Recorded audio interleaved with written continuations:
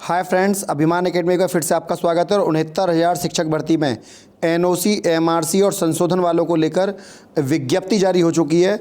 और ये जो लिस्ट जारी हुई है, लिस्ट क्या इसको विज्ञप्ति कही है आप, क्योंकि एक आदेश जारी हुआ है बीएसए कार्यालय को कि वो अपना अपना काम समय से निपटा लें। और ये समय जो है इसमें एक टाइमिंग दी गई है और उस टाइमिंग में क्या क्या मेन बात लिखी हुई है इस वीडियो के माध्यम से हम देखेंगे।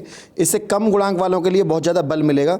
देखिए, लिखा हुआ है कि अभी भी मोस्टली हर जनपद में कार्यभार ग्रहण करने के बाद नियुक्ति पत्र अलॉट होने तक एनओसी से संबंधित जो प्रकरण विचाराधीन रहे होंगे, इसके इतर ऐसे मामले जिनमें कोई टेक्निकल इशू रहे होंगे, इसके अलावा ऑफलाइन शिक्षा मित्रों के केस, उन सभी का निस्तारण दिनांक 5 मार्च 2021 के जियो के अनुसार संपादित होंगे।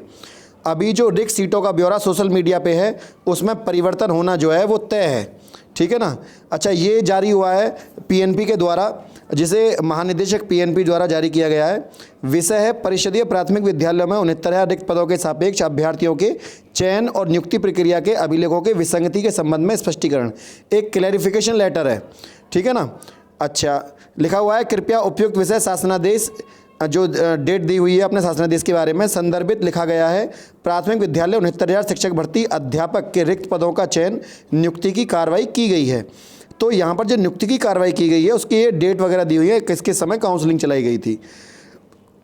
आगे लिखा हुआ है संदर्भगत भर्ती प्रक्रिया में विसंगति के संबंध में शासनादेश संख्या 1656/68/5/2020 दिनांक 4/12/2020 के शासनादेश के द्वारा। देखिए, मेन बात जो लिखी हुई है वो ये है कि उक्त संबंध में शासनादेश जो जारी किया गया है उसके अनुरूप निर्देश में कम अभ्यर्थियों का प्रत्यावेदन निस्तारण। देखिए, सबसे लास्ट वाली लाइन अगर आप यहाँ देखना चाहें तो लास्ट वाली लाइन में आपको काफ़ी सारी चीज़ें यहाँ देखने के लिए मिलेंगी, क्योंकि यहाँ पर साफ साफ लिखा हुआ है कि उक्त के संबंध में शासनादेश विभाग द्वारा दिए गए निर्देश में कम से कम अभ्यर्थियों के प्रत्यावेदन का निस्तारण जनपद स्तर पर नहीं किया जा रहा है तथा प्रकरण मार्गदर्शन के लिए संदर्भित किए जा रहे हैं, ठीक है ना। अतः आपको निर्देशित किया जाता है कि शासनादेश और विभागीय निर्देशों के अनुपालन में अभ्यर्थियों के प्रत्यावेदन का निस्तारण नियमानुसार सुनिश्चित करें। तो और ये भी डेट दे दी गई है कि 5 मार्च तक। देखिए, ऊपर ये जो डेट लिखी हुई है, अगर आप इसको देख रहे हो 5 मार्च लिखा हुआ है यहाँ पर, तो ये डेट अपने आप में बहुत सारी चीज़ें कहती है, ठीक है ना। ये लिखा हुआ है 5 मार्च 2021 तो इसका मतलब है 5 मार्च 2021 तक विसंगतियों को दूर करना है सबको। अब 5 मार्च के बाद कभी भी जो है लिस्ट जारी हो सकती है 5 मार्च के बाद। क्यों? क्योंकि देखिए साफ साफ लिखा हुआ है 5 मार्च तक पूरा जो ब्यौरा है, एनओसी वाले हैं, एमआरसी वाले हैं, संशोधन वाले हैं, इनका किसी का भी कोई भी मैटर हो, उस मुद्दे को सरकार को जो है जो बीएसए कार्यालय है उन सबको ख़त्म करना है। साफ साफ आदेश दे दिया गया है पीएनपी के द्वारा कि आप 5 मार्च तक जितना भी मैटर है उसको सबको निपटा लें। क्योंकि सरकार क्या चाह रही है कि सरकार चाह रही है कि 5 मार्च तक जितना भी रिक्त पदों का ब्यौरा है वो सरकार के पास पहुंच जाए और सरकार थर्ड काउंसलिंग की जो लिस्ट है उसको जारी कर दे। तो जो धड़ाधड़ शासनादेश आ रहे हैं, ये लगातार आते हुए शासनादेश जो कंसिस्टेंसी शो कर रहे हैं इस बात की कि सरकार जो है इस अप्रैल के महीने में कहीं ना कहीं हो सकता है नियुक्ति प्रक्रिया को पूरी कर ले। और अगर सरकार नियुक्ति प्रक्रिया पूरी कर लेती है तो ये बहुत ही अच्छे साइन है नई आने वाली शिक्षक भर्ती के संदर्भ में भी। देखिए, लेकिन कहीं ना कहीं यहाँ पर एक बात बीच में आती है। एक तो जो दिव्यांग भाई हैं, क्या उनका समावेश यहाँ पर किया जाएगा शिक्षक भर्ती में? नहीं। दूसरा, 22,000 सीटों को जोड़ने को लेकर सरकार क्या कर रही है? तो ये कुछ काम हैं जो सरकार से करवाने हैं और सरकार बार बार अपनी प्रतिबद्धता तो जताती है, लेकिन उस काम को प्रैक्टिकली वो काम दिखता नहीं है कहीं भी। यदि सरकार उस काम को प्रैक्टिकली दिखा देगी तो बहुत सारे बच्चों का नंबर आ जाएगा। अब जैसा भी होगा, वैसे ये तो सबको पता है कि 1971 की संशोधन नियमावली है, उसके तहत सरकार उन पदों को कैरी फॉरवर्ड तो नहीं कर सकती। सरकार उन पदों को अगली भर्ती में नहीं जोड़ सकती, क्योंकि जो धारा 4 और 5 है उसको ख़त्म किया जा चुका है।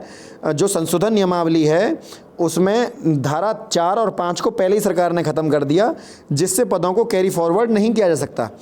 या तो सरकार नई भर्ती निकालेगी, और अब अगर पुरानी भर्ती में उन पदों को नहीं जोड़ रही है तो वहाँ पर एक जो धारा 3 है वो आ जाती है, जिसमें योग्य अभ्यर्थियों के होते हुए उन पदों को खाली नहीं छोड़ा जा सकता। सरकार उन पदों को भरेगी, बाध्य है सरकार उन पदों को भरने के लिए।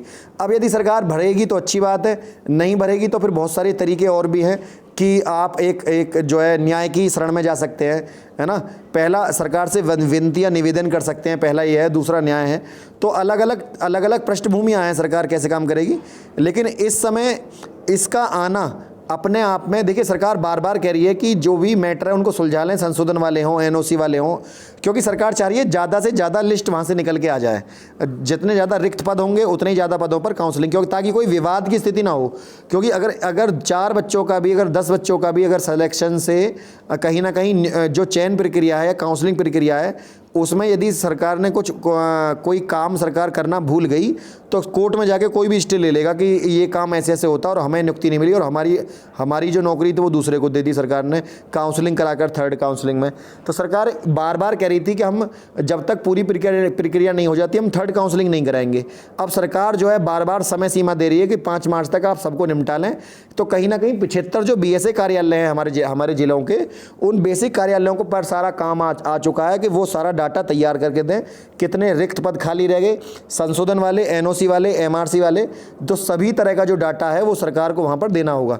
ठीक है ना। क्योंकि सरकार को आगे आंकड़े भी देने हैं कि सरकार ने MRC रूल कैसे लगाया, सरकार ने NOC किस तरीके से ख़त्म करी, क्योंकि इन सब मुद्दों पर केस चल रहा है सरकार के ऊपर।